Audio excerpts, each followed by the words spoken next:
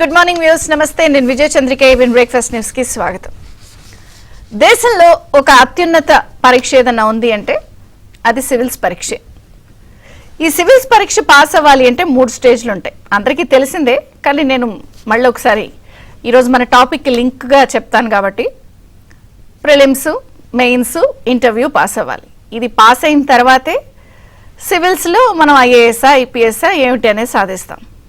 నిజంగా ఇప్పుడు ఆంధ్రప్రదేశ్లో కూటమి ప్రభుత్వం కూడా 5 ఏళ్ల తర్వాత ప్రజల మ్యాండేట్ ని గెలుచుకోవడానికి మళ్ళీ మరొకసారి స్టేజెస్ అంటాం కదా, ప్రిలిమ్స్, మెయిన్స్, ఇంటర్వ్యూ. ఆ ఇంటర్వ్యూ స్టేజ్ లో, మెయిన్స్ లో తీసుకున్నటువంటి నిర్ణయాలతో ప్రిలిమ్స్ తో తొలి అడుగులు వేస్తోంది. అదే నిన్న కూటమి ప్రభుత్వం సీఎం చంద్రబాబు నాయుడు అధ్యక్షతన కేబినెట్ నిర్వహించింది. ఈ కేబినెట్ లో చాలా చాలా కీలకమైనటువంటి నిర్ణయాలు తీసుకున్నారు.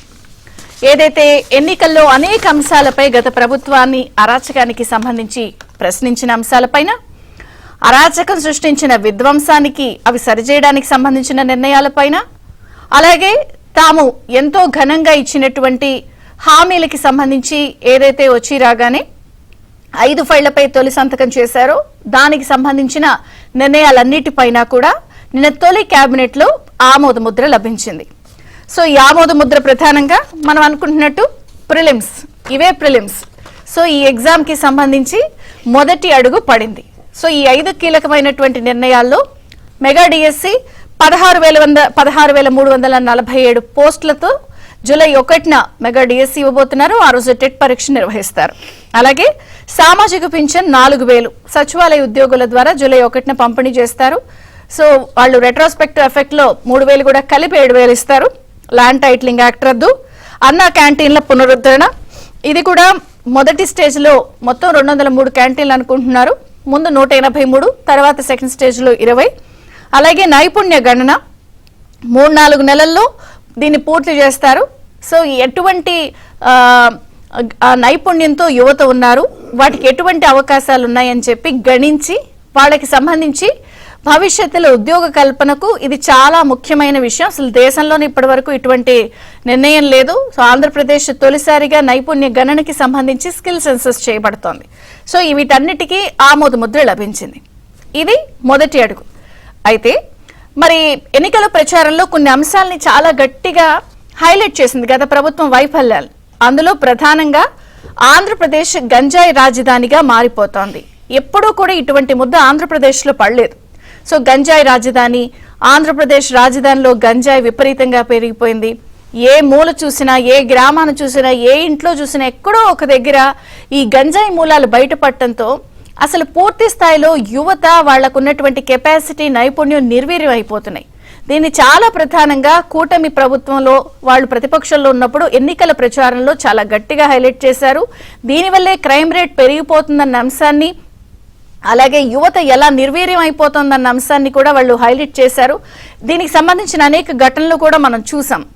ఈ నేపథ్యంలో ఈ గంజాయిని రూపుమాపడానికి సంబంధించి ప్రత్యేకంగా 5 మంత్రులతో కమిటీని నియమించారు.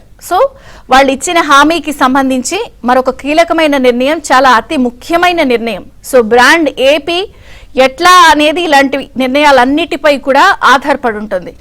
5 మంత్రులతో వీళ్ళు కమిటీ ఏర్పాటు చేశారు. నారా లోకేష్, హోమ్ మినిస్టర్ అనిత, సంధ్యారాణి, అనగాని సత్యప్రసాద్, సత్యకుమార్, వీరందరితో కూడా ఈ కమిటీని ఏర్పాటు చేస్తున్నారు. ఇది నిజంగా చెప్పాలంటే చాలా పెద్ద కీలకమైన నిర్ణయం, బ్రాండ్ ఏపీ బిల్డింగ్ లో భాగంగా ఉన్నటువంటి నిర్ణయం. దీంతో పాటు 7 అంశాలకి సంబంధించి 7 శ్వేతపత్రాలు కూడా రిలీజ్ చేయడానికి సిద్ధమవుతున్నారు. అందులో పోలవరం, అమరావతి, అలాగే ఆర్థిక పరిస్థితి ఎలా ఉంది, ఇలా 7 అంశాలకి సంబంధించి 7 రంగాల్లో 7 శాఖలకి సంబంధించిన 7 శ్వేతపత్రాలు రిలీజ్ చేస్తారు. త్వరలో బడ్జెట్ ప్రవేశపెడతారు.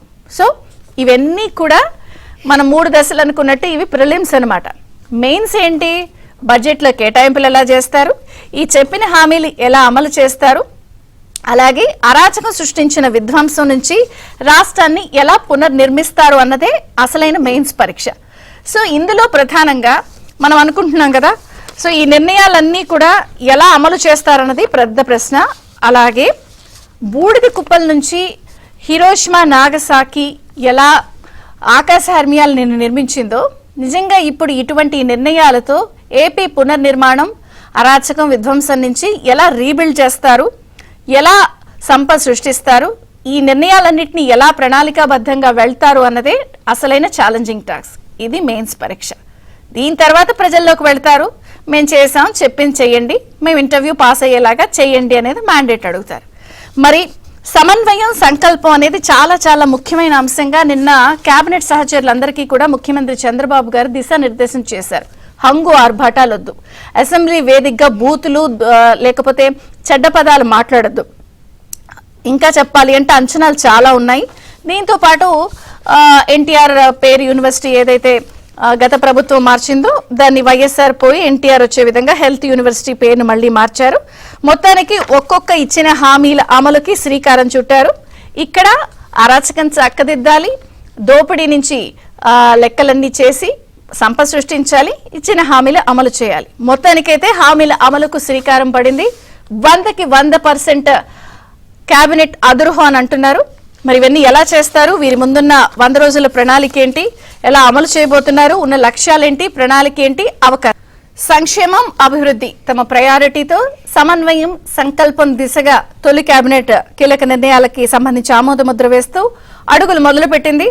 సో ఉన్న అవకాశాలేంటి, ప్రణాళిక ఏంటి, అలాగే కీలకమైన నిర్ణయాలు తీసుకున్నారు. వీటన్నిటికీ సంబంధించి ఉన్న ఆలోచన ఏంటి అన్ని చర్చిద్దాం. మనతో పాటు జాయిన్ అయ్యారు ప్రముఖ రాజకీయ విశ్లేషకులు అర్చమిల్లి శ్రీనివాస్ గారు, జనసేన నుంచి కూసంపూడి శ్రీనివాస్ గారు స్టూడియోలో జాయిన్ అయ్యారు. వీరితో పాటు కాసేపట్లో టీడీపీ, బీజేపీ కూడా జాయిన్ అవుతుంది. ముందుగా అర్చమిల్లి శ్రీనివాస్ గారు మీతో ప్రారంభిస్తాను. సో ఎలా అనిపించింది? చాలా కీలకమైన నిర్ణయాలన్నిటికీ నిన్న శ్రీకారం చుట్టారు. అందరికీ నమస్కారం అండి. ఇప్పుడు చంద్రబాబు నాయుడు గారు ప్రభుత్వంలో, చంద్రబాబు నాయుడు గారి నాయకత్వంలో ఆయన పనితీరు పట్ల ఎవరికీ సందేహాలు ఉండవండి. ఆయన డెఫినెట్గా ఆయన పట్ల రిలాక్స్, అలా అది పెద్ద టాస్క్ కింద ఆయన తీసుకుంటాడు. కానీ పబ్లిక్ అయితే కనుక చంద్రబాబు నాయుడు గారు చేయగలుగుతాడు అనేటువంటి మూడ్లో ఉంటారండి. అంటే ఎందుకంటే ఆయన ఎప్పుడు ముఖ్యమంత్రి అయినా ఆయన ముందు ముళ్ళ కంచెలతో ఉన్న దారే ఉంటుందండి. ఆయన సుజావుగా అడుగులు వేసుకోవడానికి ఎప్పుడు లేదండి. ఆయన మొట్టమొదటిసారి ముఖ్యమంత్రిగా ప్రమాణ స్వీకారం చేసినప్పుడు కానీ, తదనంతరం ఆయన రెండోసారి పనిచేసే ముఖ్యమంత్రి అయినప్పుడు కానీ, మొన్న 2014లో ముఖ్యమంత్రి అయినప్పుడు కానీ, సరే ఇప్పుడైతే ఇక మరీ దారుణం అనుకోండి. అయితే పెను సవాళ్ళు ఉన్నాయి డెఫినెట్గా. అంటే అంతకుముందు పరిస్థితి వేరండి. అంతకుముందు ఉన్న రాజకీయ ప్రత్యర్థులు వేరు, రాజకీయాలు వేరు. అప్పుడున్న సామాజిక మాధ్యమాల ప్రభావం కొద్దిగా తక్కువ ఉంది అంతకుముందు. ఇప్పుడైతే ప్రతి క్షణం సామాజిక మాధ్యమాల్లో భూతద్దంలో పెట్టి చూస్తూ ఉన్నారో అది కొన్ని ఇప్పుడు విష ప్రచారాలు ఉన్నాయి. అలాగే వాస్తవాలు కూడా డెఫినెట్ కూడా సామాజిక మాధ్యమాలతోటి ఎంత ఉపయోగం ఉందో అంత నష్టం కూడా ఉంది. అయితే ఇప్పుడు చంద్రబాబు నాయుడు గారికి ఉన్న అడ్వాంటేజ్ ఏంటంటే కేంద్రంలో ఉన్న మోడీ గారితో సఖ్యత ఉంది. అలాగే ఒక పార్టీగా, నాయకుడిగా ఒక ప్రధాన పక్షమైన పవన్ కళ్యాణ్ గారితో కూడా ఆయన ఇప్పుడు కూటమిలో ఉన్నారు అంతా. కాబట్టి వీళ్ళు కలిసికట్టుగా ముందుకు సాగుతారని నేను అనుకుంటున్నాను. ఆయన ప్రాధాన్యతలు ఇప్పుడు ఆయన తీసుకున్న మంత్రివర్గం చర్చించిన దాన్ని బట్టి డెఫినెట్గా వాళ్ళు పూర్తి స్థాయిలో సక్సెస్ అవుతారు. ఆర్థిక ఇబ్బందులు ఉంటే డెఫినెట్గా జగన్మోహన్ రెడ్డి గారు ఇదంతా విధ్వంసం చేసాడు. శిథిలాలు శకలాలు మాత్రమే మిగిల్చాడు ఇక్కడ. అవన్నీ పోగొట్టుకుని తర్వాత నేను మెల్లగా చేసుకుంటూ వస్తారు. చంద్రబాబు నాయుడు గారు మీరు చెప్పినట్టుగా ఈ పోటీ పరీక్షల్లో ఒక్కొక్క స్టేజ్ దాటుకుంటూ టఫ్ టాస్క్ అండి ఇది. ఇక్కడ అవును, మీకు ఇక్కడ ఆయన ఎంచుకున్న ప్రాధాన్యత విపరీతమైన నిధులు అవసరం అవుతాయి. ఇప్పుడు ఇమీడియట్గా కావాల్సి వస్తుంది. జూలై 1 నుంచే. అవును, కానీ చంద్రబాబు నాయుడు గారు దీన్ని విజయవంతంగా అధిగమిస్తారు. వీళ్ళు ఇదంతా కూడా చంద్రబాబు నాయుడు గారు అభివృద్ధి విషయంలో కానీ, సుపరిపాలన అందించడంలో కానీ, లేకపోతే హామీలు నెరవేర్చుకోవడంలో కానీ ఆయనకి ఏమి ఇబ్బంది రాదు, ఏదో రకంగా చేయగలుగుతాడు. ఇక్కడ ఆంధ్రప్రదేశ్ కొల్లగొట్టబడింది అంటే డే లైట్ రాబరీకి గురైందండి. అంటే పట్టపగల దోపిడీ చేశారు. వీళ్ళ నుంచి రికవరీ చేసుకుంటే ఆంధ్రప్రదేశ్కి బయట నుంచి అంటే మనకి పన్నుల్లో వాటా వస్తుంది కదా కేంద్రం నుంచి, అది కూడా అవసరం లేకుండా రికవరీ చేసుకోవచ్చు. రికవరీ చేస్తుంటే అది కూడా అవసరం ఉండదు మనకి. ఎందుకంటే ఒక 10 సంవత్సరాలు సరిపడగా కొల్లగొట్టేసాడు జగన్మోహన్ రెడ్డి. కాబట్టి ఇది ఆ విషయం మీద దృష్టి పెట్టి ఈ మంత్రివర్గంలో అది కూడా పెట్టాల్సింది ఒక అంశంగా. ఇప్పుడు పోలీసులు కొంతమందిని అరెస్ట్ చేస్తారు, దొంగల్ని, అంటే బంగారం దొంగిలించిన, అసలు ఏం దొంగిలించినా దొంగ వాళ్ళని అందరినీ అరెస్ట్ చేసి రికవరీ పెడతారు. రికవరీ పెట్టిన తర్వాత నేను దొంగతనం చేశానండి లేకపోతే చేయలేదండి దొరికాడు అని వదిలేరండి, ఆ సొత్తు రికవరీ చేస్తారు. అలాగే ఆ సొత్తుని ఈ సంపదను దోచుకున్న సంపదను అంతా కూడా రికవరీ చేయాలి. ఆ రికవరీ అది కూడా ఈ మంత్రివర్గ సమావేశంలో పెట్టుంటే బాగుండేది అనుకున్నాను నేను. దీని కక్ష సాధింపుగా ఖచ్చితంగా చూడరు ప్రజలు. అందరూ ఏమనుకుంటారంటే చంద్రబాబు నాయుడు గారి అభిప్రాయం ఎలా ఉంటుంది, వాళ్ళు చేసినట్టు మనం చేస్తే బాగోదు కదా, దాన్ని అదే పదే ఆయన స్ట్రెస్ చేసి చెప్తున్నారు. కొంతమంది అలైట్ పీపుల్ కూడా అనుకుంటారు, వాళ్ళకి మీకు తేడా ఉంది, అలా చేయకూడదు కదా అంటారు. అలాగని చెప్పేసి దొంగలను విడిచిపెట్టకూడదు కదా. కాబట్టి దీని మీద ఆలోచించి చేసుంటే బాగుండేది. అది రికవరీ కూడా చాలా ఈజీ అండి, వాళ్ళకి ఏం కష్టమేం కాదు. ఎందుకంటే ఇప్పుడు ఆయన శ్వేతపత్రాలు ఇప్పుడు పోలవరం మీద కానీ అమరావతి మీద కానీ రాష్ట్రంలో జరిగిన అనేక అంశాల మీద శ్వేతపత్రాలు 7 శాఖల మీద 7 అంశాల మీద శ్వేతపత్రం రిలీజ్ చేస్తూ ఉన్నారు. ఆంధ్రప్రదేశ్లో ఎంత విధ్వంసం చేసాడో మనకి ఒక వంతు తెలిసిందండి, ఇంకా 2 వంతులు తెలియాల్సి ఉంది. మీరు దానికి ఎగ్జాంపుల్ ఏంటంటే నిన్న ఊరూరా అతను కట్టిన ప్యాలెస్లో ఇన్నాళ్ళలో మనకు కనిపించకుండా ఒకేసారి మాయల పకీరు తెరదీసినట్టుగా ఒకసారి కనిపించింది మనకి. ఎవరికి తెలియలేదు. ఇది ఒక అందరూ కూడా నిర్గాంతపోయారు, నిశ్చేష్టులయ్యారు ఒక రకంగా చెప్పాలంటే. ఇంకోటి ఏంటంటే 2019 నుంచి 2024 వరకు అసలు నిన్న జరిగినట్టు సమావేశం కానీ ఆ సమావేశంలో జరిగిన చర్చల వివరాలు కానీ మనం ఏ రోజు వినలేదు. అంటే సస్పెండెడ్ యానిమేషన్లో ఉంది ఆంధ్రప్రదేశ్ ప్రభుత్వం. అసలు ఏం జరుగుతుందో వాళ్ళు ఏమనుకుంటున్నారో చేసుకుంటున్నారో. సజ్జల రామకృష్ణారెడ్డి బయటకు వచ్చేవాడు, ఇలా చేస్తామని కూడా సీక్రెట్ జీవోలు రిలీజ్ చేసేవారు. వాళ్ళు ప్రతిరోజు కూడా సిఐడి పలానా చోట తనిఖీలు, పలానా వాళ్ళని అరెస్ట్ చేయడానికి వెళ్తున్నారు, లేకపోతే వాళ్ళు అదుపులో తీసుకున్నారు, వాళ్ళని అరెస్ట్ చేశారు, ఊరూరా తిప్పుతున్నారు, ఇదే విన్నాం తప్ప ఇదిగో ఈ కార్యక్రమం మేము చేస్తున్నాం అని ఎప్పుడు లేదండి. లేదంటే ఓ బటన్ నొక్కుతున్నాడు, కార్యక్రమం పెడుతున్నాడు అని చెప్పేసి ఈ తప్ప ఇప్పుడు కూడా అసలు ఎప్పుడు ఏం జరుగుతుందో కూడా ఎవరికి అర్థం అవ్వలేదు. ఇంకొకటి మాత్రం తెలిసింది, ఆంధ్రప్రదేశ్ ప్రజల్ని ప్రతిరోజు మానసిక వేదనకు గురి చేశారు, వాళ్ళని హెరాస్మెంట్ చేశారు. వీళ్ళు ప్రజల్ని ఒక రకంగా వేధించుకు తిన్నారు. కాబట్టి ఆ రకమైన ఫలితం వాళ్ళకి వచ్చింది. ఇప్పుడు ఈ ప్రభుత్వం, కూటమి ప్రభుత్వం డెఫినెట్గా ప్రజల్ని రంజింపచేస్తుంది, ప్రజారంజక పరిపాలన చేస్తారని చెప్పి నేను పూర్తిగా నమ్ముతున్నాను. ఎందుకంటే అనుభవం ఉన్న చంద్రబాబు నాయుడు గారు ఉన్నారు, పైన మోడీ గారు హెల్ప్ చేస్తాడు, పవన్ కళ్యాణ్ గారు సపోర్ట్ ఉంటుంది. కాబట్టి ఈ కూటమి పూర్తి స్థాయిలో సక్సెస్ అవుద్దని నేను భావిస్తా ఉన్నాను.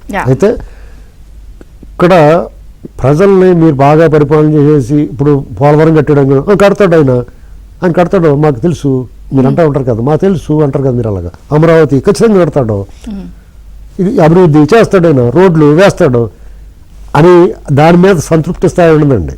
ఇప్పుడు సేనా మిఠాయి ఉందంటారు, షుగర్తో చేసిన మిఠాయి ఉండ తీయగానే ఉంటుంది. కానీ మరి వీళ్ళు ఎలా వదిలేస్తున్నాడో ఇదే ఆలోచిస్తున్నారు. పబ్లిక్ ఏం ఆలోచిస్తున్నారంటే వీళ్ళు ఎందుకు వదిలేయాలి, జగన్మోహన్ రెడ్డి ఆ దొంగ సెక్యూరిటీ ఎందుకు పెట్టుకున్నాడు, మారు వేషాలు వేసి వాళ్ళందరికీ ఇక ఆ బిల్డప్లు ఏంటి, 11 మందితో నేను ప్రతిపక్ష నేతను రాసుకోవడం ఏంటి, నువ్వు ఎలా రాస్తావు ప్రతిపక్ష నేత అని, రా నడు కూర్చో, స్టేషన్లో కూర్చో, ఆ సీతారామయ్య అలాగేనండి నువ్వేం చేసావో నీకు ఇవ్వాలి. ఆ సీతారామాంజనేయులు పిలిపించి అతను పిలిపించాలా సాక్షి పత్రిక వాళ్ళని. ఇది కక్ష సాధింపు అవదండి, ఎవడు ఏం చేసాడో వాళ్ళు చూపించాలా. ఇప్పుడు కోన రవికుమార్ గారు ఉన్నారు అక్కడ, ఒక సీఏ ఇంట్లో జ్వరపడ్డాడు, అని పిలిపించి చేతులు పెట్టి నిలబెట్టాలా. ఎందులో కొడతాడు, ఇది కోరుకుంటున్నారు ప్రజలు, ఇది నా మాట కాదండి. మీకు అది కూడా చూపించాలి ఏంటండి. ఇప్పుడు మీరు మంచి పలావ్ వండారు, లేకపోతే మంచి వంటగా వండారు, ఉప్పు కూడా వేయాలి అందులో. ఉప్పు ఎలా వేస్తారు, కారం ఎంత వేస్తారు అని మాట్లాడదాం. టీడీపీ నుంచి ఎమ్మెల్యే కూన రవికుమార్ గారు జాయిన్ అయ్యారు. ఎమ్మెల్యేగా అయిన తర్వాత ఆయన ఫస్ట్ టైం ఏబిఎన్ బ్రేక్ఫాస్ట్ తీసుకొస్తున్నారు. Congratulations sir. సో అప్పటి నుంచి ఇప్పటి వరకు విచ్చేయడం అవ్వలేదు. సో ఏంటి హామీల అమలుకి శ్రీకారం చుట్టారు. నిజంగా చెప్పాలంటే కీలకమైన నిర్ణయాలు మీరు ఏదైతే ప్రచారాల్లో చెప్పారో, గంజాయి రాజధాని, గంజాయి ఆంధ్రప్రదేశ్, ఇలాంటి విషయాల్లో కూడా చాలా మీ సీరియస్నెస్ అనేది నిన్న కేబినెట్ లో కనిపించింది. మెగా డిఎస్సి 5 సంతకాలకు సంబంధించి ఇచ్చిన ఫైలు, అలాగే అరాచకం సృష్టించిన దాని నుంచి, విధ్వంసం నుంచి ఎలా బయటపడాలన్న దానికి కూడా ఒక 100 రోజుల ప్రణాళిక అంటున్నారు. ఏంటి ఓవరాల్ గా ఏం చెప్తారు? ఆ, మీకు ప్రేక్షకులు ఈరోజు డిబేట్ లో ఉన్నటువంటి పెద్దలకు అలాగే ఏబిఎన్ ప్రేక్షకులకు అందరికీ నమస్కారం. వాస్తవానికి ప్రజలందరూ చాలా ఆత్రంగా ఎదురు చూస్తున్నారు. ఎందుకంటే జగన్మోహన్ రెడ్డి అరాచక పాలన మీద వచ్చినటువంటి తీర్పే నిన్న 164 సంఖ్య. ఈ అరాచక పాలన అనేది ఏ రకంగా చేశారు, ఎవరితో చేయించారు, జగన్మోహన్ రెడ్డి ఎలా చేయించారు అనేది ప్రజలందరికీ తెలుసు. కాబట్టి ప్రజలు కూడా దాన్ని ఎదురు చూస్తున్నారు. తెలుగుదేశం ప్రభుత్వం ఏం చేస్తుంది, ఎలా చేయబోతుంది. ఒకటి పరిపాలన చేయడం, సంక్షేమాన్ని అందించడం, అభివృద్ధిని చేయడం.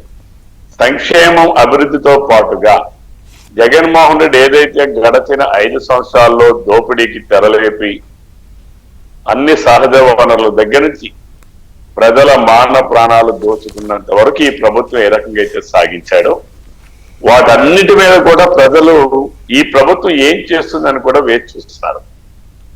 ఎందుకనంటే మేము ఇచ్చినటువంటి హామీలు మెగా డిఎస్ అంటే నిరుద్యోగులకు ఉద్యోగాలు కల్పించడం, అలానే అన్నార్థులకి ఆకలేసే వాళ్ళకి అన్నం పెట్టడం, అన్నా క్యాంటీన్, 3 ల్యాండ్ టైటిలింగ్ యాక్ట్ రద్దు. అలానే ఏవైతే మేము 5 హామీలు మొట్టమొదటిగా మా ముఖ్యమంత్రి గారు ప్రమాణ స్వీకారం చేసిన తర్వాత మొట్టమొదటి 5 సంతకాలు చేశారో ఆ 5 సంతకాలని అమలుకి మొదలు పెట్టారు. అలానే రేపు జూలై 1వ తారీఖు నుంచి ఇచ్చిన మాటకు కట్టుబడి జగన్మోహన్ రెడ్డి గడిచిన 5 సంవత్సరాల్లో 1000 రూపాయలు 2000 రూపాయలు పెన్షన్ 3000. నిన్న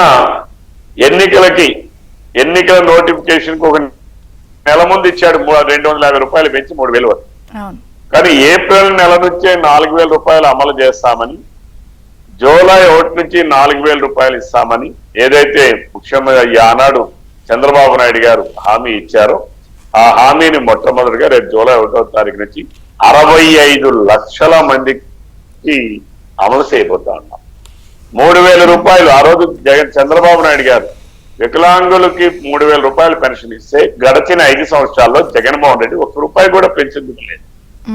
ఈరోజు దానిని 10,000 రూపాయలు 6,000 రూపాయలు చేస్తున్నాం. 100% అయితే 10,000 రూపాయలు చేస్తున్నాం. ఇవన్నీ కూడా చూస్తే 65 లక్షల కుటుంబాలకి ఈరోజు ప్రయోజనం చేకూరుతా ఉంది. అది జూలై 1వ తారీఖు ప్రారంభమవుతుంది. అంటే మేము ఇచ్చిన హామీలు ఏవైతే ఉన్నామో అమలుకి మేము కట్టుబడి ఉన్నాం. ఆ అమలుని ఆచరిస్తున్నాం. అన్నా క్యాంటీన్లు కావచ్చు, మెగా డిఎస్సి కావచ్చు. మెగా డిఎస్సి 16,000 కాదు, ఇంకొక 8-9,000 ఉద్యోగాలు కూడా ఉన్నాయి. దాదాపు 25,000 వరకు ఇవ్వడానికి ఆస్కారం ఉందని అధికారులు తెలియజేస్తున్నారు. తప్పనిసరిగా ఎన్ని ఉద్యోగాలు ఇవ్వడానికి ఉంటే అన్ని ఉద్యోగాలు కూడా ఇవ్వడానికి ప్రభుత్వం సిద్ధంగా ఉంది. అలానే ల్యాండ్ టైటిలింగ్ యాక్ట్ భద్రత అంటే మా ఆస్తులు ప్రజలు ఎలా భావించారంటే మా పూర్వీకులు కష్టపడి మాకు అందించినటువంటి ఆస్తులు, లేదా మేము కష్టపడి సంపాదించినటువంటి ఆస్తులు. దానికి జగన్మోహన్ రెడ్డి గారి ఫోటో, ఆ భూముల మీద జగన్మోహన్ రెడ్డి గారి పేరున్నటువంటి నేమ్తో ఉన్నటువంటి ఆ సర్వే రాళ్ళని పెట్టడం. అసలు రేపు ఎక్కడైనా ఎవరిదైనా భూమి ఏ తహసీల్దార్ ఆస్తులో ఎవరో ఒకడు ఎవరైనా సరే వాళ్ళు వేరే వాళ్ళకి రికార్డు కానీ మారిస్తే 2 సంవత్సరాల్లో కానీ చూసుకోకపోతే ఆ భూమి వారికే సొంతం అవుతుంది. వాడు అప్పీల్కి వెళ్ళాలంటే హైకోర్టు పోవాలి. అంటే ఎంతమంది పేదవాళ్ళు హైకోర్టులో లాయర్ని పెట్టుకొని ఎంతమంది అప్పీల్ని చేస్తారు. అంటే చట్టాలు చేసేటప్పుడు కొన్ని లోపాలు ఉంటే ఆ చట్టాలను సరిదిద్దాలి. అంతేగాని జగన్మోహన్ రెడ్డి కేంద్ర ప్రభుత్వం చెప్పింది, కేంద్ర ప్రభుత్వం ఇచ్చిన చట్టం మేము దాన్ని ఇక్కడ చట్టం చేశామని మాట్లాడడం. జగన్మోహన్ రెడ్డి చెప్పాలి, భారతీయ జనతా పార్టీ ఉన్నటువంటి అధికారం ఉన్నటువంటి రాష్ట్రాల్లో కూడా ఆ చట్టాన్ని అమలుకు వాళ్ళు చట్టం చేయలేదు. ఎందుకు చేయలేదు వాళ్ళందరూ? జగన్మోహన్ రెడ్డి ఎందుకు చేశాడు అంటే ఇక్కడ దురుద్దేశం ఉంది. ఎందుకంటే కొట్టురుద్ది. ఆనాడు అధికారంలో ఉండి భూములన్నీ నేను కాజేశాను, ప్రైవేట్ వాళ్ళకు కూడా భూముల్ని బెదిరించి లాక్కున్నాం. మేమందరం ప్రభుత్వ భూముల్ని రికార్డులు తారుమారు చేసి లాక్కున్నాం. ఇంకా ప్రజల ఆస్తులు కూడా లాక్కోవాలనేటటువంటి కుట్ర కోణంలోనే ఆ చట్టం తీశారు. అందుకే రద్దు చేశారు. నేను కేబినెట్ ఆమోదించడం కూన రవికుమార్ గారు, 5 ఫైళ్ల సంతకాలతో పాటు మీరు గంజాయి అన్నదాన్ని ఎందుకు తొలి కేబినెట్ లో ప్రాధాన్యంగా తీసుకున్నారు? గంజాయికి సంబంధించి 5గురు కమిటీ వేశారు అంటే ఎలా వెళ్తారు? ప్రణాళిక ఏమన్నా ఉందా? ఇక్కడ 3 అంశాలు ఉన్నాయి. దోపిడీని రికవరీ చేయాలి గత ప్రభుత్వాన్ని, అరాచకాన్ని సెట్ చేయాలి, మీరిచ్చిన హామీలు అమలు చేసుకుంటూ వెళ్ళాలి. 3 టఫే. నేను అదే చెప్పాను, ముందులోనే మీకు చెప్పాను. ప్రజలు ఈ 3 కోరుకుంటున్నారు: సంక్షేమం, అభివృద్ధి, గడచిన దోపిడీ అరాచకాలని అరికట్టడం, దోపిడీని వెలికి తీసి ప్రభుత్వ ఖజానాకి జమ చేయడం. ఈ 3 డిఫరెంట్ టాస్క్. ఈ 3టిని కూడా ఈ ప్రభుత్వం చేస్తుందని ప్రజలు ఎదురు చూస్తా ఉన్నారు.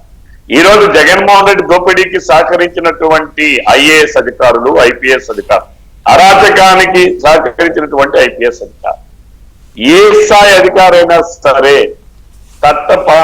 ఏవైతే శ్వేతపత్రాలు విడుదల చేస్తున్నామో 8 శాఖల నుంచి 8 రోజులుగా, అది వచ్చే నెల జూలై 12 వరకు కూడా శ్వేతపత్రాలు ఏ రోజు నాడు ఈ నెల 25 నుంచి ప్రారంభించి అక్కడ నుంచి వచ్చే నెల 12 వరకు 8 శ్వేతపత్రాలు అన్ని శాఖల్లో ఎక్కడెక్కడ ఏం జరిగింది అనేది ప్రజలకు తెలియజేయడం కోసం శ్వేతపత్రాలు జారీ చేయడమే కాదు, శ్వేతపత్రాలు ఇచ్చినటువంటి కంటెంట్ ఆధారంగా ఎంత దోపిడీ జరిగిందో ఆ దోపిడీని కూడా మనం కమిటీలు వేసి విచారణలు చేసి తప్పనిసరిగా దానికి సంబంధించినటువంటి అధికారులు, అనధికారులు, మంత్రులు, ముఖ్యమంత్రి ప్రజల ముందు నిలబెట్టాల్సినటువంటి అవసరం. ఎందుకంటే ఈ రోజు 5 లక్షల కోట్లు, 14 లక్షల కోట్ల రూపాయల అప్పులు ఉన్నాయి. జగన్మోహన్ రెడ్డి ముఖ్యమంత్రి అయ్యా 2,50,000 కోట్ల రూపాయలు ఉంటే ఈరోజు 14 లక్షలు ఉన్నాయి. అంటే జగన్మోహన్ రెడ్డి గారు ఒక్కరే ముఖ్యమంత్రి కాలంలో 11.5 లక్షల కోట్ల రూపాయలు అప్పులు చేశారు. ఈ రోజు ఒక పక్కన అప్పులను తగ్గించుకుంటూ రావాలి, ఒక పక్కన ఆదాయం పెంచుకుంటూ రావాలి. మీరు కూడా హైలీ క్వాలిఫైడ్. ఇప్పుడు మీరు చెప్పిన హామీలు ఇవి చేసుకుంటూ సెట్ చేసుకోవడానికి ఇయర్లీ మీరు జిఎస్డిపి గ్రోత్ రేటు 15% చూపించాలి. అంటే అసాధారణంగా చూపించాలి. కంపెనీలు తేవాలి, నిధులు సృష్టించాలి, డబ్బులు తేవాలి, అంటే మీ గ్రోత్ రేటు 15% కన్నా ఎక్కువ ఉండాలి. అంటే గతసారి అప్పుడు మేము గడచిన విడిపోయి కొత్తగా ఏర్పడినటువంటి ఆంధ్రప్రదేశ్ రాష్ట్రంలోనే ఆ రోజు జిఎస్డిపిని 12 to 13% వరకు పెంచాం. సో ఇప్పుడు జగన్మోహన్ రెడ్డి విడిపోయినటువంటి ఆ రోజు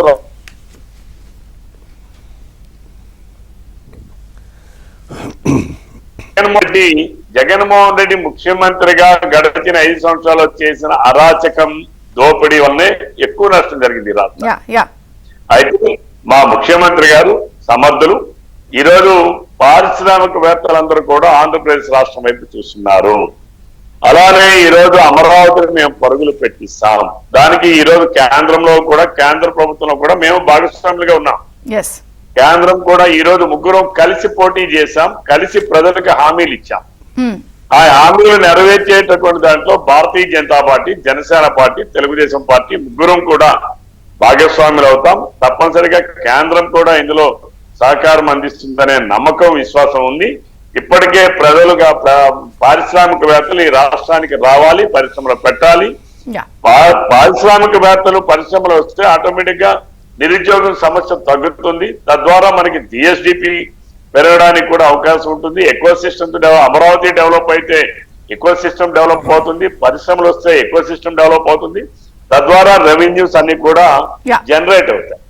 ఈరోజు మీరు ఒక బెస్ట్ ఎగ్జాంపుల్ అండి, ఒక సినిమా గడచిన జగన్మోహన్ రెడ్డి ఎవరిదైనా ఒక స్టార్ సినిమా రిలీజ్ అవ్వాలంటే మురిపించి రేపు విడుదల అవుతుందనంటే తెల్లవారుజాము వరకు కూడా ఎన్ని రోజులు వాళ్ళు బెనిఫిషియల్ వేసుకోవచ్చు అనేటటువంటి టికెట్లు పెంచి వేసుకునేటటువంటి అవకాశం వాళ్ళకి ఇచ్చేటువంటి పరిస్థితి లేదు. అది ఒక రోజు, అదే పవన్ కళ్యాణ్ గారితో అయితే లేకుండా చేయడం, అదే నందమూరి బాలకృష్ణ గారితో అయితే లేకుండా చేయడం, అదే చిరంజీవి గారు లాంటి వాళ్ళు కూడా వెళ్ళి ఆ వాళ్ళతో బ్రతిమలాడించుకొని వాళ్ళతో వంగి దండాలు పెట్టించుకొని సైకో ఆనందం పొందినటువంటి జగన్మోహన్ రెడ్డి ఆ రోజు అట్లా ప్రవర్తిస్తే ఈ రోజు రాష్ట్ర ప్రభుత్వం ఈ రోజు ప్రభాస్ గారి ఏదైతే మూవీ వస్తుందో ఆ మూవీని బెనిఫిషియర్స్ 10 రోజులు వేసుకోమని చెప్పారు. ఎందుకు? ప్రభుత్వానికి ఆదాయం వస్తుంది. సినిమా తీసేవాడు ఒక నిర్మాత. సినిమాలు ఏ సినిమా హాల్లో అవి ఉంటాయనేది ఎవరో సినిమా హాల్ నిర్మించారు, వాళ్ళ హాల్లో నిర్మిస్తారు. ఇందులో ప్రభుత్వానికి వచ్చిన నష్టమే ఉంది. కానీ ఎన్ని షోలు అయితే వాటికి ప్రభుత్వానికి రెవెన్యూ వస్తుంది. సో మీరు డెఫినెట్ గా రెవెన్యూ దిశగానే ఈ నిర్ణయాలు ఉన్నాయి. ఒకసారి జనసేన బీజేపీతో కూడా మాట్లాడదాం సార్. నేను మీకు మళ్ళీ ఇంకొక టర్న్ ఇస్తాను. కుసుంపూడి శ్రీనివాస్ గారు ఉన్నారు, బీజేపీ నుంచి సాధనేని యామిని గారు కూడా జాయిన్ అయ్యారు. స్వాగతం అండి. కుసుంపూడి శ్రీనివాస్ గారు, బాబు అండి టీం ఏం చేస్తుంది, ఎలా చేస్తుంది, నిధులు ఎలా తెస్తుంది, ఇవన్నీ ఇచ్చినవన్నీ ఎట్లా అన్నది మేజర్ ప్రశ్న. దాంతోపాటు చేస్తారులే వీళ్ళకు ట్రాక్ రికార్డ్ ఉంది కదా అనేది ఇంకొక వర్షన్. సో నిన్నటి కేబినెట్ నిర్ణయాలు, అలాగే తొలి కేబినెట్ లోనే కొంచెం కీలకమైన నిర్ణయాలు తీసుకున్నారు, ఏం చెప్తారు? విజయచంద్ర గారు, మీకు ప్యానెల్లోని పెద్దలందరికీ నమస్కారం అండి. ఈరోజు 49 సంవత్సరాలు నిండిందండి అది ఎమర్జెన్సీకి. అవును, కరెక్ట్. అది ఒక 21 నెలలే. దేశం అప్పట్లో మానవ హక్కుల ఉల్లంఘన ఎలా జరిగింది, మీడియా వారిని ఏ విధంగా వారిని నోరు మూయించారు అన్నది మనం అప్పట్లో చెప్పేవారు. మాకు తెలియదు అనుకోండి. మనం అంటుంది అది 21 నెలలే. కానీ గత 5 సంవత్సరాలుగా ఆంధ్రప్రదేశ్లో ఎమర్జెన్సీ పాలన అంటే ఎలా ఉంటుందని ప్రజలు చూశారు. ఎందుకంటే ఒక అనుభవం వచ్చింది. ఏ ప్రభుత్వానికైనా ఇప్పుడేనే కాదండి, నేను అంటుంది ఒక ట్రాక్ రికార్డు కింద పెట్టుకోవాలి. ఏ ప్రభుత్వం అయినా ఎలా పాలించకూడదు అన్నది వైఎస్ఆర్ ప్రభుత్వాన్ని చూసి మనం నేర్చుకోవాలి. ఈ రోజున ఆంధ్రప్రదేశ్ మన కూటమి ప్రభుత్వం ముందు ఉన్నది పూలపానపం ఏం కాదు, మీరు అన్నట్టు ముళ్ళ కంప మీద నడుచుకుంటే వెళ్ళడమే. కానీ విజయచంద్ర గారు, అవును, కానీ విజయచంద్ర గారు మనకు ఉన్నటువంటి అద్భుత వనరులు, ఇక్కడ ఉన్నటువంటి ప్రజలు, కష్టపడే తత్వం ఉన్నటువంటి ప్రజలు, అదే సందర్భంలో అనుభవం ఉన్నటువంటి చంద్రబాబు నాయుడు గారు, నిబద్ధత కలిగినటువంటి పవన్ కళ్యాణ్ గారు, కేంద్రంలో ఉన్నటువంటి బీజేపీ ప్రభుత్వం, ఎన్డీఏ ప్రభుత్వం, ఇవన్నీ కలిసికట్టుగా పనిచేసుకుంటే మాత్రం ఇదేమో అసాధ్యమేం కాదు, సాధ్యమే. కొంచెం కష్టమే కానీ సాధ్యమే. అంటే ఒక పక్కన అభివృద్ధి సంక్షేమం రెండు కళ్ళగా పాలన చేసుకుంటా వెళ్తా, అదే సందర్భంలో ఇంత పెద్దలు చెప్పినట్టు గతంలో 5 సంవత్సరాలు ఈ ప్రజల మీద పడి దోచేసుకున్నటువంటి భూములు కావచ్చు, లేకపోతే గనులు కావచ్చు, అంటే ప్రజా సంపద అంతా, ప్రకృతి సంపద అంతా దోచేస్తున్నారు. వాళ్ళంతా కూడా కెక్కించవలసిన అవసరం కూడా ఉంది. ఎందుకంటే గత 5 ఇప్పుడు వాళ్ళు ఏం చెప్పారు, 26 జిల్లాల్లో 26 ఎయిర్పోర్ట్లు కడతా ఉన్నారు. కానీ 26 ఎయిర్పోర్ట్లు కలిగి 26 వాళ్ళ ప్యాలెస్లు కట్టింది నేను చూసాం. మన బిల్డింగ్లు, పెద్ద పెద్ద బిల్డింగ్లు చూసాం. మొత్తం అంతా ఎక్కడెక్కడ భూములు అనేది దేవాలయ భూములు కాదు, ఇంకా అటవీ భూములు కాదు, ప్రభుత్వ భూములు కాదు, అన్నీ ఆక్రమించి కట్టుకున్నటువంటి విషయాలని మనం చూసాం. అంటే ఆ విధమైనటువంటి దోపిడీని మాత్రం ఖచ్చితంగా వెలికి తీయాలి. అది ప్రభుత్వ చర్యల్లో ఒక భాగమే తప్ప కక్షధోరణ చర్య కాగదు. అనేక రకాలుగా కక్షధోరణి అంటారు, కానీ కక్షధోరణ చర్య కాదు. ఈ రోజున వీరు పెట్టినటువంటి 5 సంతకాలు కావచ్చు, లేకపోతే ఇచ్చిన హామీలు కావచ్చు, మా ప్రభుత్వం, కోట ప్రభుత్వం ఏదైతే ఇచ్చిందో అవన్నీ నెరవేరాలంటే అన్నీ కూడా డబ్బుతో కూడిన సమస్యలే. ఖచ్చితంగా డబ్బు లేకపోతే ఇవన్నీ గడవు. కానీ అవన్నీ రావాలంటే ఇక్కడ ఉన్నటువంటి ఒక సంపద సృష్టించుకుంటూ ఉండాలి, ఆర్థికంగా ఆదాయ వనరులు పెంచుకుంటూ వెళ్ళాలి. సృష్టించడం అనే మాట అంటున్నారు. ఒక డౌట్, ఒక క్లారిఫికేషన్ ఇవ్వండి. ఎక్కడెక్కడి నుంచి సంపద సృష్టించవచ్చు అనే వనరులు ఏంటి, అవి ఏమైనా ఐడెంటిఫై చేసి పెట్టుకున్నారా? ఒకటి ఎక్కడా లేనటువంటి మనకి కోస్టల్ లైన్ ఉంది, 900 కిలోమీటర్ల పైన కోస్టల్ లైన్ ఉంది ఎక్స్పోర్ట్స్ కింద. అదే సందర్భంలో పక్కన తెలంగాణ రాష్ట్రంలో చూస్తే మనకు అక్కడ ఒకటే ఎయిర్పోర్ట్, మనకి 7 ఎయిర్పోర్ట్లు దాకా ఉన్నాయి. నేంటుంది ఇక్కడ అద్భుతమైనటువంటి నదీ ప్రవాహాలు ఉన్నాయి. నేంటుంది ఈ ఒక్క రోజులోనే ఏదో అద్భుతాలు జరిగిపోతాయని చెప్పట్లా, కానీ అవకాశాలు ఉన్నటువంటి రాష్ట్రం మనది, అద్భుతమైనటువంటి వనరులు ఉన్నటువంటి రాష్ట్రం. ఈ వనరులన్నీ దోచేస్తున్నారు కాబట్టి మనకు కనిపించలా. కేవలం ఏంటంటే ప్రజల దగ్గర ట్యాక్స్ రూపాయలు డబ్బులు వసూలు చేసేయడం, మళ్ళీ వాళ్ళకి వేయడం. అంటే గత 5 సంవత్సరాలుగా కూడా ప్రజల్ని ఒక బిచ్చగాళ్ళగా చూశారు. మేము ఇస్తున్నాం, మీరు పుచ్చుకుంటున్నాం అనేటువంటి భ్రమల్లో పెట్టారు. ప్రజలు ఏం కోరుకుంటారో చాలా స్పష్టంగా అర్థమైంది మొన్న ఎన్నికల్లో. ప్రజలు కేవలం సంక్షేమమే కాదు, సంక్షేమంతో పాటు మాకు అభివృద్ధి కూడా కావాలి అనేటువంటి స్పష్టమైన సందేశం ఇచ్చారు. ఆ సందేశానికి అనుగుణంగానే అది ఎవరైతే వాళ్ళైతే సాధ్యమో వాళ్ళకే ఓట్లు వేశారు. నేను అంటుంది అవకాశాలు అన్నీ మనకు ఉన్నాయి, కేంద్ర సహకారం ఉంది, ఇక్కడ చేయగలిగే తత్వం ఉన్నటువంటి నాయకులు ఉన్నారు. అదే సందర్భంలో పారిశ్రామికవేత్తలు కూడా ఎప్పుడైనా సరే రాష్ట్రంలో నాయకుల ముఖాల మీద బట్టి ఇక్కడికి రావడం పెట్టుబడులు పెట్టరు. ఇక్కడ ఉన్నటువంటి రాజకీయ వాతావరణం చూసి పెట్టుబడులు పెడతారు. గత 5 సంవత్సరాలు కూడా ఇక్కడ ఉన్నటువంటి పరిశ్రమలందరూ ఎందుకు వెళ్ళిపోయినా మనకు తెలుసు కదా, ఎన్ని ఇబ్బందులు పెట్టారో వారిని కూడా తెలుసు కదా. ఆఖరికి అమరాజా బ్యాటరీ మనకి పెద్ద ఉదాహరణ. నేంటుంది ఇవన్నీ కూడా అంటే పరిశ్రమలు ఇక్కడ రావాలి, పెట్టుబడులు పెట్టాలి, అదే సందర్భంలో నూతన పారిశ్రామిక విధానం కావాలి. స్ట్రెస్ చేస్తున్నానంటే ఇప్పుడు మీరు ఈ నిర్ణయాలు తీసుకుంటున్నారు, సందట్లు సడేమియాలాగా 4వ తారీఖున ప్రభుత్వం మారినా కూడా CMFS లో ఆర్థిక శాఖలో సంబంధించి అధికారులు ఇంకా కూడా ప్రభుత్వం పేపర్ బిల్లులు క్లియర్ చేయడానికి, యాడ్లు క్లియర్ చేయడానికి అన్ని పెట్టేశారు కదా. సో నేను అనేది మీరు అవే గుర్తిస్తారా, ఇవి చేస్తారా, ఎన్ని రకరకాలు అంటే నేను అనేది చేస్తారా అని కాదు, చెయ్యాలి, కానీ ఎన్ని రకాల ఇబ్బందులు ఉన్నాయి కదా. నేను అంటుంది నేను ముందు చెప్పినట్టుగా ఏమేమి పూలపానము కాదు ముళ్ళబాట అన్నది. నేను అంటుంది ఎక్కడెక్కడ ఏం జరుగుద్దో ఏంటి అన్నది గత అనుభవం ఉన్నటువంటి చంద్రబాబు నాయుడు గారు ఉన్నారు అక్కడ. అదే సందర్భంలో కష్టపడే మనస్తత్వం ఉన్నటువంటి ప్రజలకు సేవ చేయాలన్నటువంటి పవన్ కళ్యాణ్ గారు ఉన్నారు.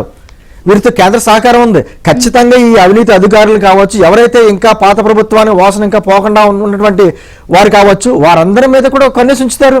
ఖచ్చితంగా వారి మీద చర్యలు ఉంటాయి. అంటే ఒకటని కాదండి, ఒక పక్కన అభివృద్ధి సంక్షేమం చేసుకుంటేనే ఒక పక్కన పాలన ప్రక్షాళన జరగాలి. ఇప్పుడు ఇది మనకి రేపు ఇచ్చే పెన్షన్సే పెద్ద ఉదాహరణ.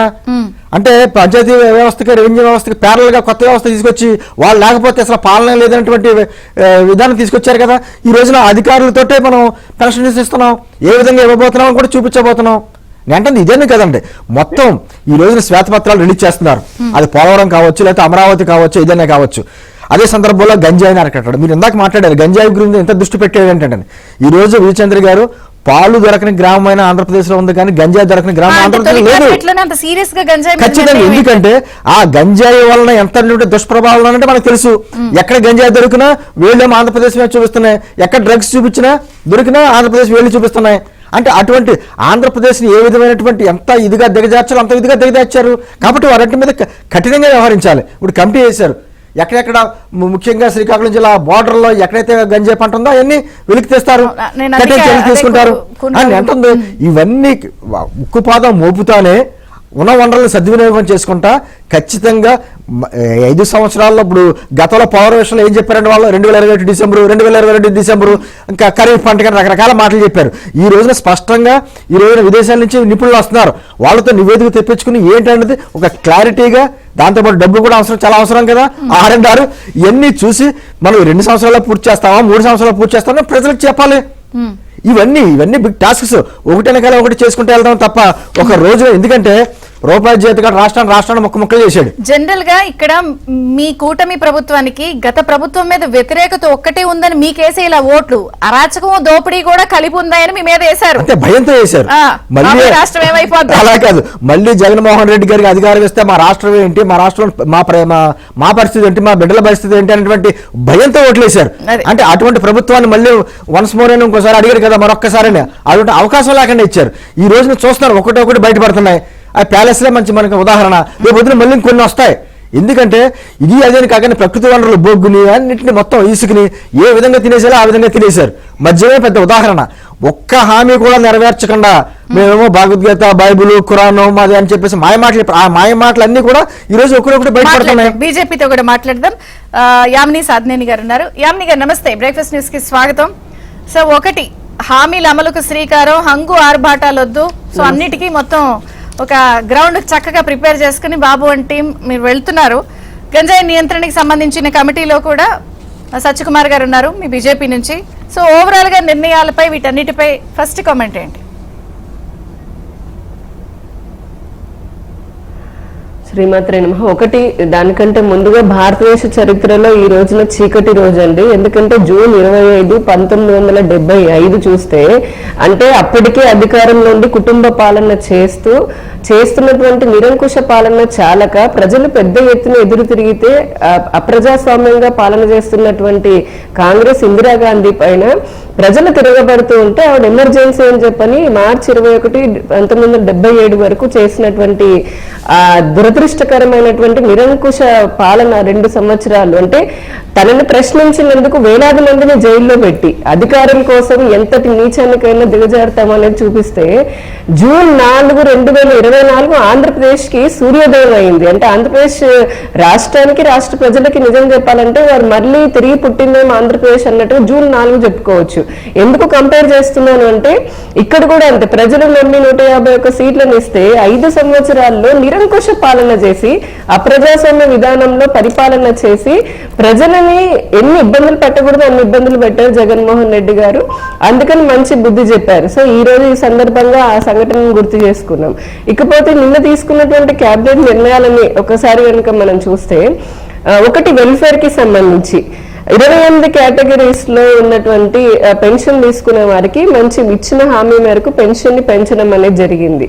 ఇది నిజంగా అంటే వాళ్ళకి ఇచ్చినటువంటి పెన్షన్ తోటే వాళ్ళ జీవనం మొత్తం మారిపోతుందానంటే, నిజంగా చెప్పాలంటే ఇప్పటికీ లక్షలాది మందికి వృద్ధులు కానివ్వండి, ఒంటరిగా బతుకుతున్న వాళ్ళు కానివ్వండి, ప్రభుత్వం ఇచ్చేటటువంటి పెన్షన్ పైనే ఆ సామాజిక భద్రత పైన ఆధారపడి కూడా వారు ఉన్నారు.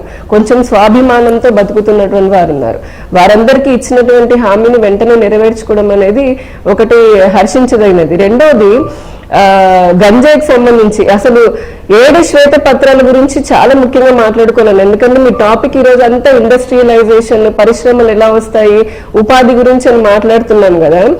ఆంధ్రప్రదేశ్ రాష్ట్రంలో మీరు ఒక మంచి క్వశ్చన్ అడిగారు, ఎందుకు ఎక్కడెక్కడ ఎట్లా ఏ విధంగా అంటే స్ట్రాటజీ ఉంటుంది పరిశ్రమలు ఏ విధంగా రావడానికని. 2014 నుంచి 19 వరకు చూస్తే Andhra Pradesh 2nd largest coastal line ఉన్నటువంటి రాష్ట్రము. అందుకనే ప్రతి జిల్లాలో కూడా మనకి దానికి తగినటువంటి యునిక్ ఆపర్చునిటీస్ ఇండస్ట్రీ పరంగా ఉన్నాయి. మీరు అందు చూస్తేనే 2014 నుంచి 19 వరకు ఎన్డీఏ కుటుంబ ప్రభుత్వం ఏదైతే ఉందో అప్పుడు వైజాగ్ వైపు చూడండి ఫార్మాసిటీ పెట్టారు, మెడికల్ జోన్స్ పెట్టారు, అలాగే ఐటీ అక్కడ డెవలప్ అయింది. గోదావరి జిల్లాలో చూడండి ఫుడ్ ప్రాసెసింగ్ పెట్టారు. ఇటువైపు వస్తేనేమో రాయలసీమ చూస్తే ఎలక్ట్రానిక్స్ కానివ్వండి, అలాగే మ్యానుఫ్యాక్చరింగ్ ఇండస్ట్రీస్ కి పెట్టారు.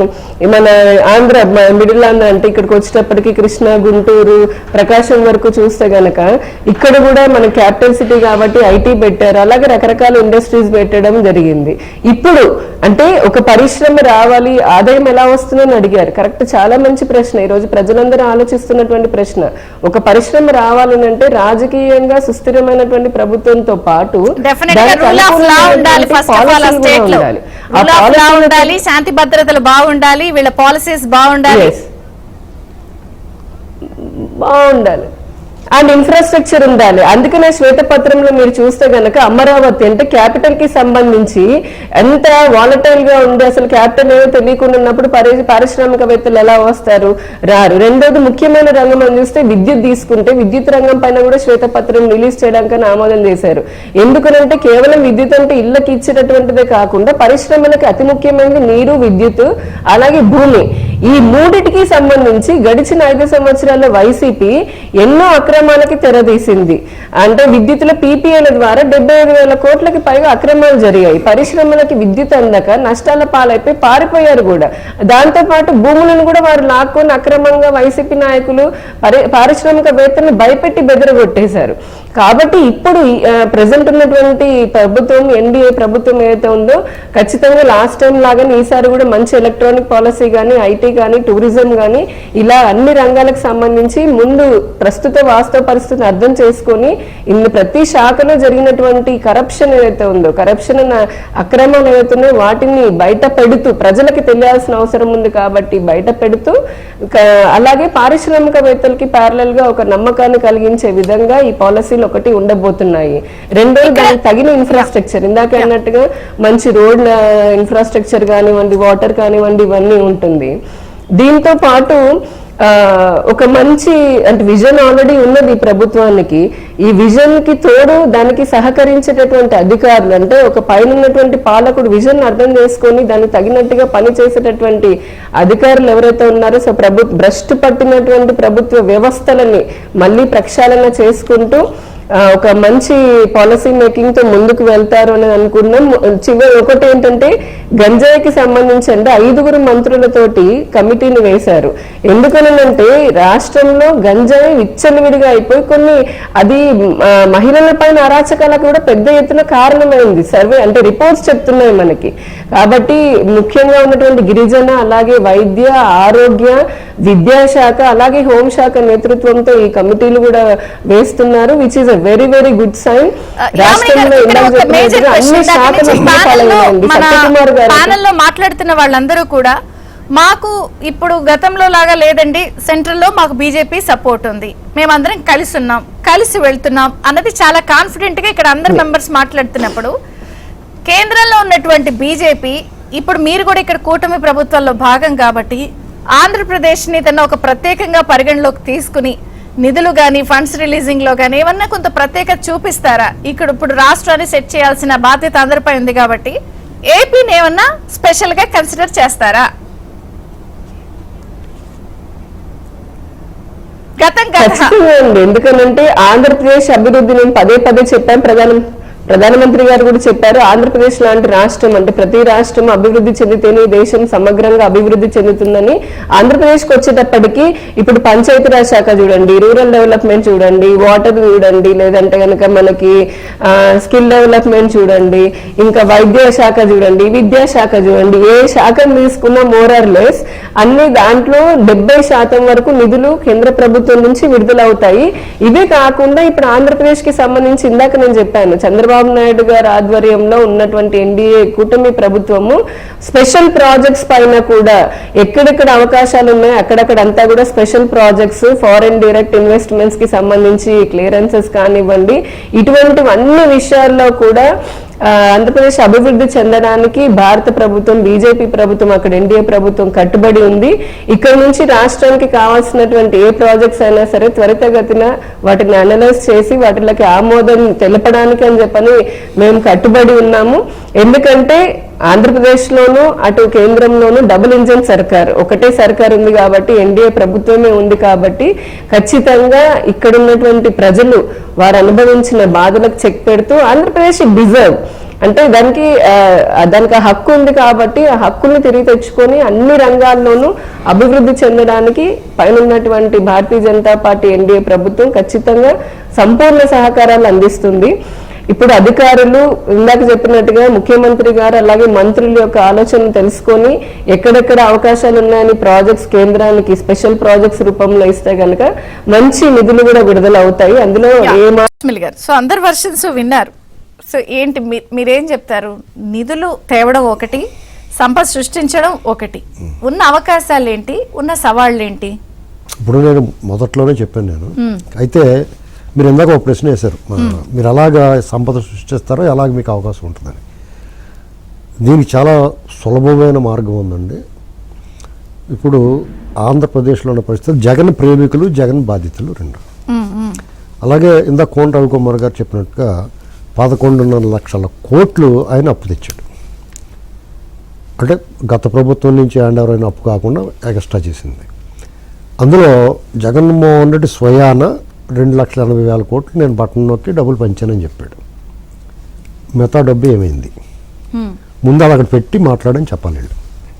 దాన్ని ఏం చేయాలంటే చంద్రబాబు నాయుడు గారు, ఈ కూటమి ప్రభుత్వం మంత్రులు దైనందిన జీవితంలో వాళ్ళ కార్యక్రమాలు వాళ్ళు చేసుకుంటుండగా ఎవరైతే జగన్ బాధితులు ఉన్నారో రాజకీయ నాయకులు, ఇప్పుడు కోన రవికుమార్ గారు లేకపోతే రఘురామకృష్ణరాజు వీళ్ళు ఎమ్మెల్యేలు కదా ఇవంతా, అలాగే బీజేపీలో జనసేనలో ఎవరైతే ఉన్నారో వాళ్ళందరినీ ఒక కమిటీకి ఏర్పరిచి దానికి ఒకళ్ళని నాయకత్వం చెప్పి వాళ్ళు ఈ రాజకీయ నాయకులు కొల్లగొట్టేసిన సొమ్ముని పనిలో ఉండాలి.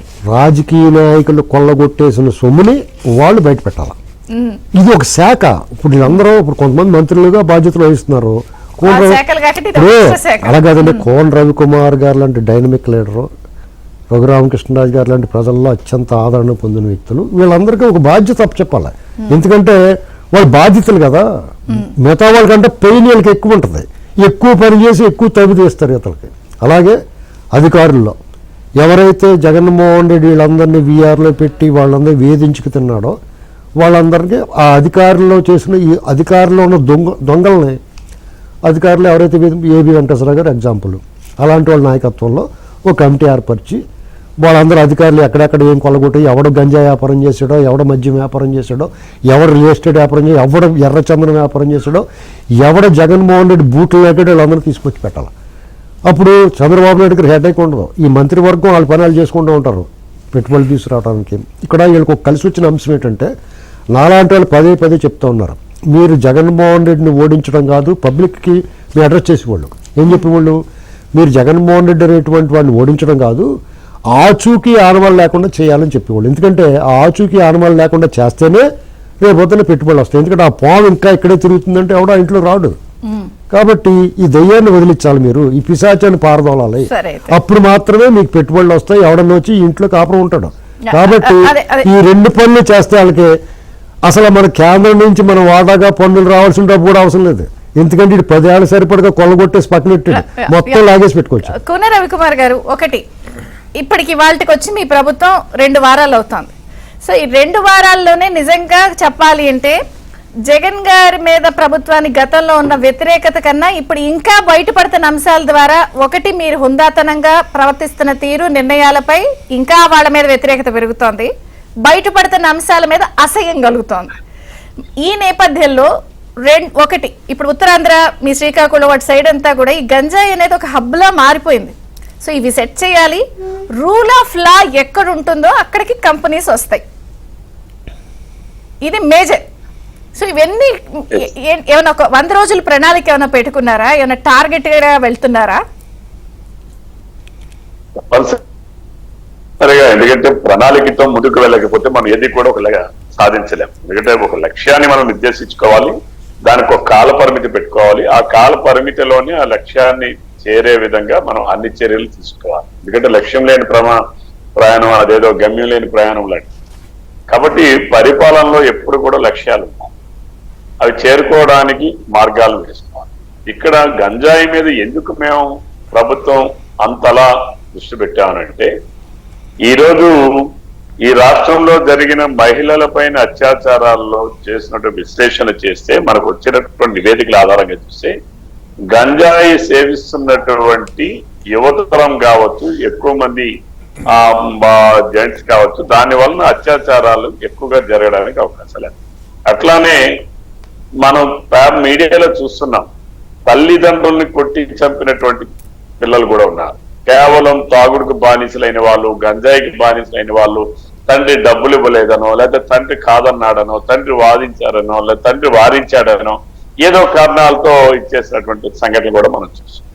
ఈరోజు ఎక్కడో అక్కర్లేదండి, నా ఆమదాల వలసలో కూడా గంజాయి మొన్నకు ఉన్మాదుల్లాగా ఒక యువతరం 25 సంవత్సరాలు నిండినటువంటి యువకులు కూడా అకారణంగా గంజాయి సేవించినటువంటి వ్యక్తుల తాలూకా ప్రవర్తన కూడా ఎలా ఉంటుందంటే, కారణాలు అవసరం లేదు, ఎందుకు గొడవలాడుతున్నారో తెలియడం లేదు, ఒక అబ్సెషన్ మైండ్ తో వాళ్ళందరూ కూడాను రౌడీలాగా తయారైపోయి బిహేవ్ చేస్తున్నారు, చదువుకున్నటువంటి యువకులు కూడా. కాబట్టి ఈ రాష్ట్రం బాగుండాలి, మానవ వనరులు బాగుండాలి, మానవ వనరులు వినియోగంలోకి రావాలి అనంటే ముందుగా మనం చెయ్యాల్సింది గంజాయిని అరికట్టడం. ఎందుకంటే మనకి అన్ని వనరుల్లో కన్నా మానవ వనరులు ఈ భారతదేశానికి ప్రపంచంలోనే ఈరోజు ఎక్కువగా ఉన్నాం. దానివల్ల ఈరోజు దేశంలో మన దేశం ప్రపంచంలోనే అన్నిటికన్నా ముందుగా వెళ్తున్నాం.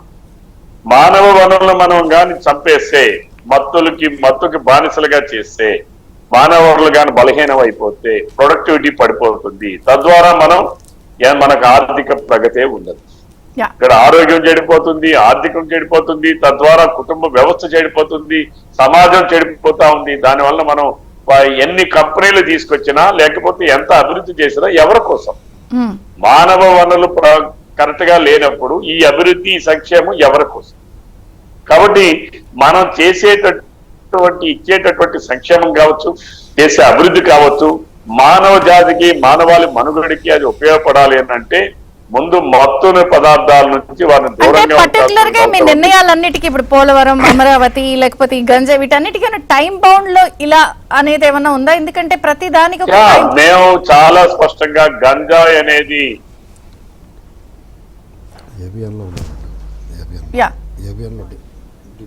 100 days లో కనబడకుండా చేయాలనేది ఒక లక్ష్యం. ఎందుకంటే దీనికి వైసీపీ నాయకులు, వైసీపీ కార్యకర్తలే కారణం.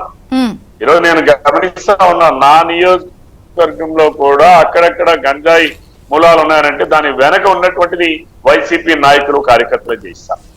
వాళ్ళు అలవాటు పడ్డారు, విచ్చలవిడితనానికి అలవాటు పడ్డారు, ప్రజల్ని బానిసలుగా చేయడం, మత్తుకు బానిసలుగా చేయడం, తద్వారా విపరీతమైన ఆదాయాలు, స్మగ్లింగ్ యాక్టివిటీ చేసి విపరీతమైన ఆదాయాలు సంపాదించడం. ఆ ఆదాయాలు సంపాదించిన తర్వాత ప్రజలపైన రౌడీజం. కాదు సార్, క్యాబినెట్ అయిపోయిన తర్వాత మీరు ఒక విషయం గమనించారా? వైసీపీ వీళ్ళందరూ కూడా మీరు చేతులెత్తేయడానికి రీజన్స్ చూపించుకోవడానికే శ్వేతపత్రాలు వదులుతున్నారు అనే దాన్ని కూడా అప్పుడే స్టార్ట్ చేశారు మీ మీద. మీరు ఎలా హ్యాండ్సప్ చేయాలని పనులు చేయడానికి అన్నదానికి శ్వేతపత్రాలు మేము హ్యాండ్స్ అదే వైసీపీ వాళ్ళు, నేను ఒకటే మాట్లాడుతున్నాను, చేతులెత్తేయడానికి అయితే జూలై 1 నుంచి 4,000 రూపాయలు పెన్షన్ ఇస్తామని చెప్పాం. దేనికోసం ఇస్తున్నాం? అన్నా క్యాంటీన్లు ప్రవేశపెడతామని చెప్తాం. టైం బౌండెడ్ గా మేము పెట్టినటువంటి అన్నా క్యాంటీన్ని సచివాలయాలుగానో లేకపోతే నిరుపయోగంగానో ఉంచారు. వాటన్నిటినీ మళ్ళీ కంప్లీట్ చేసి వాటి పనులన్నీ కూడా కంప్లీట్ చేసి ఈ రోజు వాటికి కూడా ఒక లక్ష్యాన్ని టైం బౌండెడ్ గా పెట్టుకుని ముందుకెళ్తాం. ఇవన్నీ ఎవరి కోసం? పేదల కోసం కాదా, ప్రజల కోసం కాదా? 65 లక్షల మంది ప్రజలకి జగన్మోహన్ రెడ్డి లాంటి ఒక అసమర్థపు అవినీతి దోపిడీ ముఖ్యమంత్రికి 1000 రూపాయల పెన్షన్ ఇవ్వడానికి 5 సంవత్సరాల కాలం పట్టింది. ఈరోజు చంద్రబాబు నాయుడు గారికి 1 నెలే కాలం పట్టింది. చంద్రబాబు నాయుడు గారి పరిపాలనకి జగన్మోహన్ రెడ్డి పరిపాలనకి అసలు కంపారిజనే లేదు. నేను ఇందాక అరుసుమల్లి గారు చెప్పినట్టుగా ముందు జగన్మోహన్ రెడ్డి అనే వ్యక్తి ఈ రాష్ట్రంలో ఉండకూడదు. వైఎస్ఆర్సీపీ పార్టీ అనే మూలాలు కూడా ఈ రాష్ట్రంలో మీరు ఎలా అంటారు? ఆయన ఎల్లకంటే వేరే టైప్ రాజకీయం మొదలెట్టేశారని వార్తలు వస్తున్నాయి. వెళ్ళకూడదు, మీరు ఈ రాష్ట్రంలోనే ఉండకూడదు. అక్కడ బెంగళూరు ఎలహంకలో వేరే రాజకీయం మొదలెట్టారట. అక్కడ ఏ రాజకీయం? అది ఆంధ్రప్రదేశ్ రాష్ట్రానికి జగన్మోహన్ రెడ్డి అనే పేడ చీడ విరుగుడు పూర్తిగా పోవాలి. మనం ఏ చెద మందు కొడతామో, ఏ బొజ్జంకిల మందు కొడతామో, ఏం కొడతామో ప్రజలకు అనవసరం. ప్రజలకు కావాల్సింది జగన్మోహన్ రెడ్డి అనే చీడ ఈ రాష్ట్రంలో ఉండకూడదని ప్రజలు కోరుతా ఉన్నారు. ఇప్పుడు ఇంకా పెరిగింది. నిన్న 40% మంది ఎవరైతే ఓట్లేశారో ఈ రోజు 10% మంది పశ్చాత్తాపడుతున్నారు. అరే మనం ఇటువంటి దుర్మార్గుడికి ఓటేశామా. నేను అందుకే కోపం రోజు రోజుకి పెరుగుతుంది. ఎలక్షన్ జరిగిన తర్వాత 560 కోట్ల రూపాయలు ప్రజాధనంతో 560 కోట్ల రూపాయలు ప్రజాధనంతో ఈరోజు అక్కడ ప్యాలెస్లు కట్టడం, అలాగే ప్రభుత్వ భూములు 9,000 కోట్ల రూపాయలు విలువ చేసేటటువంటి ప్రభుత్వ భూములు కార్యాలయాల కింద తీసుకోవడం. ఒకటి ఖచ్చితంగా మనకు రావాల్సిన ఒక పక్కన అవినీతిని అరికడతా, గతంలో జరిగిన అవినీతి అంతా వెలికి తీస్తా, అదే సందర్భంలో మనకు రావాల్సిన పక్క రాష్ట్రం నుంచి కూడా మనకు రావాలి 9 షెడ్యూల్ 10 షెడ్యూల్ సంబంధించినటువంటి ఆస్తుల విభజన చాలా ఉన్నాయి, దాదాపు 1,50,000 కోట్లు. అవి కూడా, లేకపోతే విద్యుత్ బకాయిలు అవి కూడా సాధించుకుంటా. అదే సందర్భంలో మీరు అన్నారు ఇందాక శ్వేతపత్రాల గురించి మాట్లాడారు. శ్వేతపత్రాల గురించి వాళ్ళకి ఏం తెలుసు అని వాళ్ళకి అలాగే మాట్లాడతారు. మన పోలవరం గురించి మాట్లాడితే భార్య మన అంబటి రాంబాబు గారు నాకే అర్థం కాలేదు, మీకే అర్థం ఎవరికి అర్థం కాదంటాడు. ఇప్పుడు శ్వేతపత్రం అంటే ఆవిడెవరో శ్వేత అని అడుగుతాడు ఆయన. అంటే అటువంటి వ్యక్తిత్వం ఉన్న వాళ్ళ గురించి మనం ఎక్కువ ఆశించకూడదు. నేను అంటుంది ఈ రోజున పరిపాలన అంటే ఏంటి అనేది, ఇప్పుడు పనికిమాల ప్రభుత్వం వెళ్ళిపోయింది, పనిచేసే ప్రభుత్వం వచ్చింది. ఖచ్చితంగా దానికి తగ్గట్టుగానే పరిపాలన ఉంటుంది. వికసిత భారత్ అని ఎలా పైన ఎక్కడ నినాదం ఉందో ఇక్కడ వికసిత ఆంధ్రప్రదేశ్ అనేది కూడా ఈ కూటమి ప్రభుత్వం ఏంటో చూపించబోతుంది. యామిని గారు కంక్లూడింగ్ రిమార్క్స్ ప్లీజ్.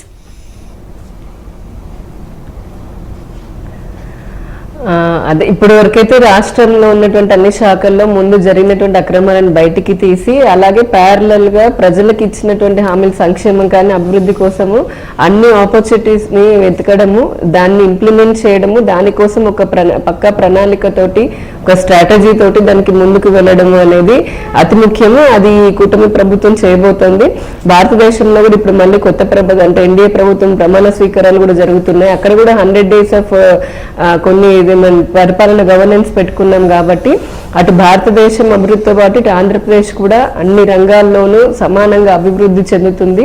అనుకున్న లక్ష్యాన్ని ప్రజలకు ఇచ్చినటువంటి మాటను నిలబెట్టుకుంటూ ఈ రాష్ట్ర ప్రజలు అన్ని విధాలుగా కూడా వాళ్ళు పురోగతి సాధించే క్రమంలో ఇక్కడ ఉన్నటువంటి ఎన్డీఏ ప్రభుత్వము అక్కడ దేశంలో ఉన్నటువంటి ఎన్డీఏ ప్రభుత్వం కూడా కలిసి సామరస్యంగా సమన్వయంతో పనిచేస్తాయి. ఆ విధంగానే ఇక్కడ ఉన్నటువంటి అధికారులు కూడా పని చేయాలని కూడా మేము కోరుకుంటున్నాము. ఇప్పుడు ఇక్కడితో ఏమైపోలేదు, ఇది కేవలం ఆరంభం మాత్రమే. వైసీపీ చేసేటటువంటి డైవర్షన్ పాలిటిక్స్ ని నమ్మే పరిస్థితులలో రాష్ట్ర ప్రజలు ఏమాత్రము లేదు. ఆయన కూర్చొని బెంగళూరులో కూర్చున్నా, బంగ్లాదేశ్ లో కూర్చొని ఎటువంటి మోసపూరితమైనటువంటి రాజకీయాలను చేయాలని చెప్పని చూసినా ఈ రాష్ట్రంలో అయితే ఇంకా పప్పులు ఉడకవు. ఈ రోజున రాష్ట్ర ప్రజలకు కావాల్సింది అభివృద్ధి, సంక్షేమం. అన్ని రంగాల్లోనూ ఇన్ఫ్రాస్ట్రక్చర్ పెరగాలి. దానికి మా ప్రభుత్వం కట్టుబడి ఉంది. విత్ క్లియర్ క్లారిటీ మేము ముందుకు వెళ్ళబోతున్నాము. అండ్ వెరీ సూన్ మేము అంటే రాష్ట్ర ప్రజలు అభివృద్ధిని కూడా చూస్తారు. ఫేస్ బై ఫేస్ చేసిన డెవలప్మెంట్. ప్రభుత్వ రంగ సంస్థలు కూడా కాస్త ఎంటర్ అయితే వాటికి వీళ్ళు ల్యాండ్స్ కి సంబంధించి చూపించే అంశం ఇప్పటికే ఆల్రెడీ అధికారులతో చర్చలు జరుగుతున్నాయి. ఇక్కడ రాష్ట్ర ప్రభుత్వం చర్చలు జరుపుతోంది. తొందరలోనే మళ్ళీ కేంద్ర ప్రభుత్వ సంస్థలు అమరావతి కానివ్వండి, అలాగే రాష్ట్ర వ్యాప్తంగా ఎక్కడికైతే రావాల్సిన ఉన్నాయో ఈయన 5 సంవత్సరాలు భూములు ఇవ్వకుండా ఏది ఇవ్వకుండా ఎలా వాటిని వెనక్కి పంపించేశాడు, ఇవన్నీ ఇప్పుడు రాబోతున్నాయి.